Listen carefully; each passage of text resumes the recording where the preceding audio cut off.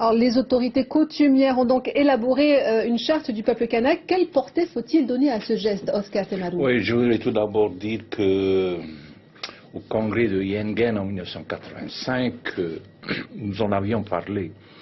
Et il y a eu des écrits. C'était à l'époque de Jean-Marie Djibaou.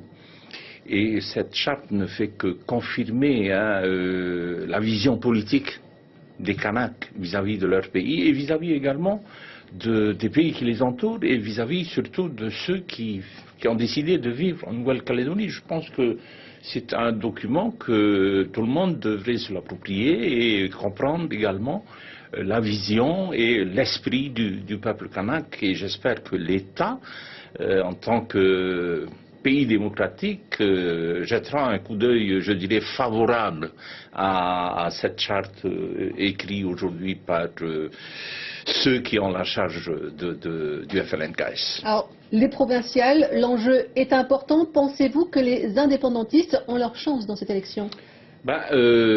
L'union fait la force et vous venez de dire qu'il y a cette union historique. Et ça n'a pas été facile, je crois, pour eux de le faire. Et j'espère qu'au nord également, dans la province nord, ils vont réussir à s'entendre, à se mettre ensemble. C'est la seule façon pour eux de pouvoir gagner les provinciales. On se retrouve dans quelques instants. Merci. Place tout de suite. Alors, Edouard Fritsch a donc démissionné de son siège de député. Maïna Sage devait être investie par le Tahoud Ahoudiatila. Pour les législatives, le PLD propose-t-il un candidat, Oscar Temarou? J'aimerais dire tout d'abord que c'est dommage, parce que c'est le seul compétent des 3 députés. Je dis ce que j'en pense. Et donc, il nous faut retourner à ces nouvelles élections. Et nous avons un autre candidat qui est M. Tawiti, tout à fait compétent et capable d'assumer ses responsabilités. Il faut que notre voix également soit entendue à l'Assemblée nationale. Et puis, c'est un moment également pour parler de notre vision politique, que ce soit au niveau d'RFO ou au niveau des médias qu'il y a chez nous. Alors, concernant les sénatoriales, Richard Touheyava reste-t-il votre candidat? Richard Touheyava a fait ses preuves, je pense. Nous avons 2 sénateurs. Le seul qui a travaillé pendant 5 ans, c'est M. Richard Touheyava.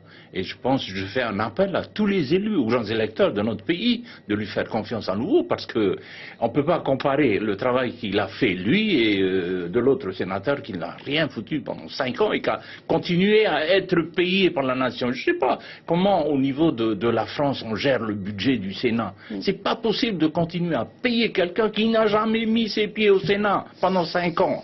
C'est pas possible. Alors, au calendrier électoral, il y a aussi les européennes. Notre région bénéficie d'un siège, on l'a vu. L'UPLD compte-t-il participer à ces élections, M. Temarou? Voilà, c'est une nouvelle, je dirais, historique, puisque ça va être le tandem Djibaou-Temarou. Alors, Temarou, lequel? Alors, Junior, Oscar Temarou Junior.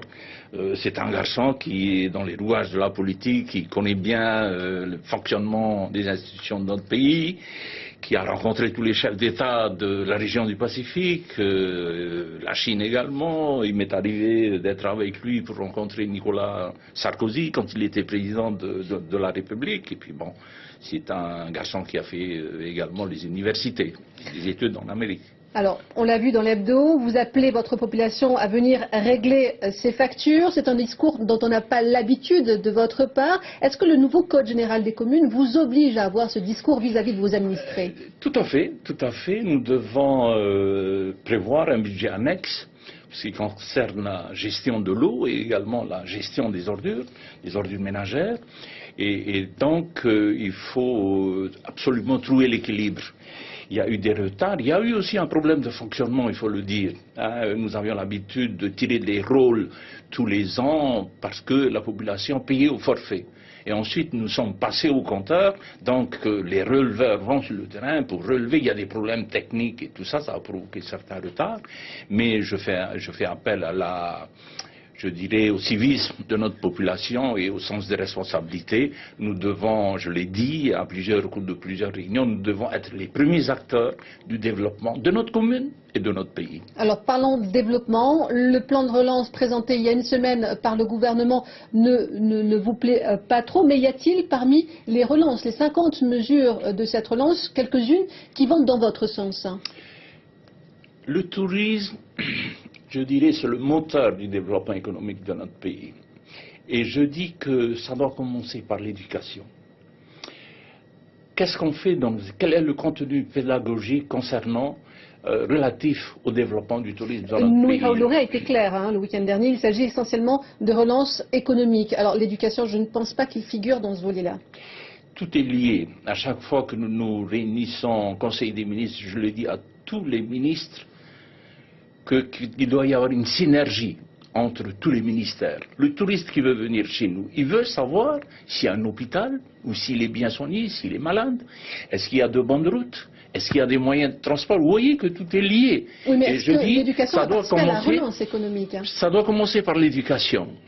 Donc, je le dis encore une fois, enseigner l'anglais à partir de la maternelle. Et ça n'est pas le cas aujourd'hui. On n'en veut pas. Nous avons essayé d'améliorer un peu ça. À partir du CE2, on commence à enseigner l'anglais. Je dis qu'il faut commencer à partir de la maternelle. 90% de nos visiteurs sont des anglophones. Il faut pouvoir... C'est pas la peine de parler d'accueil si la population n'est pas capable d'accueillir les visiteurs chez nous. Alors, le gouvernement veut relancer l'emploi par la commande publique. Est-ce que vous y croyez? C'est toujours la même chose. Le bitume, le ciment, le bitume et le ciment. Nous avions mis de côté 3 milliards pour le secteur primaire. Quand on parle de développement durable, il faut commencer par le ventre. Nous importons tout. Près de 45 milliards aux produits alimentaires. Justement. Une bonne partie de ce marché-là, nous pouvons l'avoir. Mais il faut qu'il y ait une volonté politique derrière tout ça. La volonté politique du gouvernement de lancer le projet Aquacole au Tuamotu sur le plan alimentaire, qu'est-ce que vous en pensez? C'est notre projet. Mais, simplement, je ne comprends toujours pas pourquoi on l'a déplacé de Hao à Makemo. Hao était vraiment le lieu, je dirais, approprié pour pouvoir le faire, parce qu'il y a cette piste qui est là, qui peut accueillir les gros porteurs. Il y a simplement quelques investissements à faire pour le remettre aux normes, les services administratifs à mettre en place, et il y a les quais. Donc ça va faire une deuxième ouverture sur le monde. Et comme ça, du jour au lendemain, on a décidé d'envoyer ça à Makemo. Je ne comprends pas. Merci infiniment, Oscar Temaru, d'avoir accepté notre invitation ce soir. Merci.